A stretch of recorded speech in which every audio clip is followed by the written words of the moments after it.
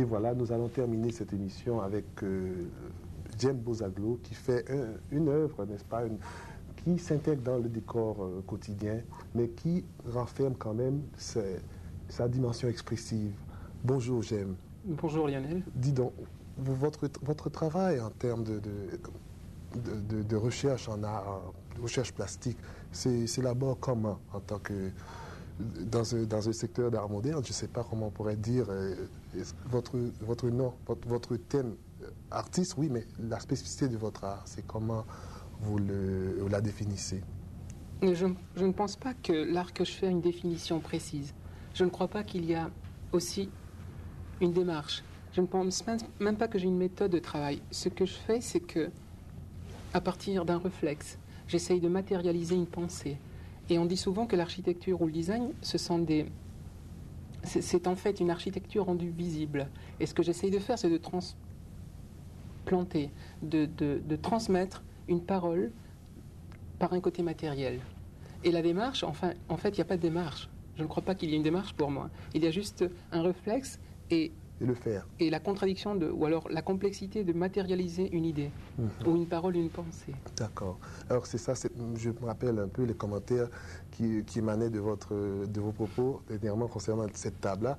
Une table qui se présente avec une forme de mystère, la table justement qu'on a derrière nous, et nous allons au cours de l'entrevue voir aussi d'autres pièces qui sont n'est-ce pas, des choses que vous avez travaillées, dans lesquelles, comme vous dites, c'est un support, les choses que vous faites, ce sont des supports d'une parole, d'une expression. Tout à fait. Qui est la vôtre. Tout à fait, tout à fait. Ce qui m'intéresse en fait, c'est de brouiller un peu la démarche, de brouiller un peu, pas les cartes, mais les données. Je ne cherche pas à faire quelque chose qui est déjà vu, bien entendu, j'essaye de créer. Et pour créer, pour moi, c'est d'inverser les rôles, d'inverser les données, de faire quelque chose, ou alors plutôt des zones qu'on n'a pas encore dévoilées, des zones qu'on n'a pas encore, des horizons qui n'ont pas été encore explorés. Alors ce que je fais, c'est qu'une table qui est très banale, je vais essayer de l'inverser. D'inverser, ça veut dire de mettre les pattes en avant, comme on voit ici, puis le plateau dessus. Et ça, c'est un élément de départ. Ça veut dire qu'au lieu de voir les choses normales, on va les voir à l'envers.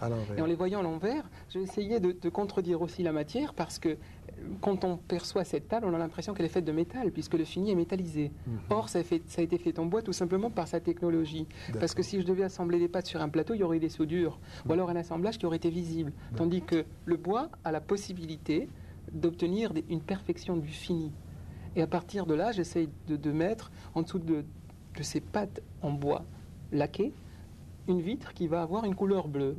Et cette couleur bleue, une couleur qu'on voit parfois, mais pas comme ça, pas juxtaposée de la même manière. Et là, le mystère est fait parce qu'il y a une transparence qui est mystique.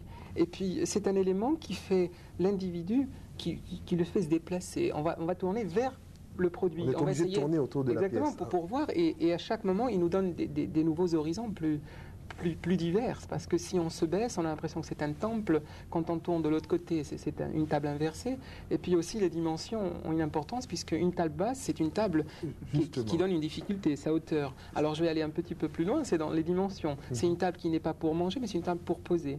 Mais d'une manière facile et ergonomique, je vais déplacer, donc la hauteur est différente. C'est entre la table normale où on mange et la table basse. Oui, parce qu'on avait un problème en fait, à savoir est-ce que cette table-là, dans un contexte, est-ce que vous voyez une place précise pour cette table dans un environnement ça pourrait être dans un salon facilement, autour de certains fauteuils. Ça pourrait être aussi dans une boutique pour poser quelques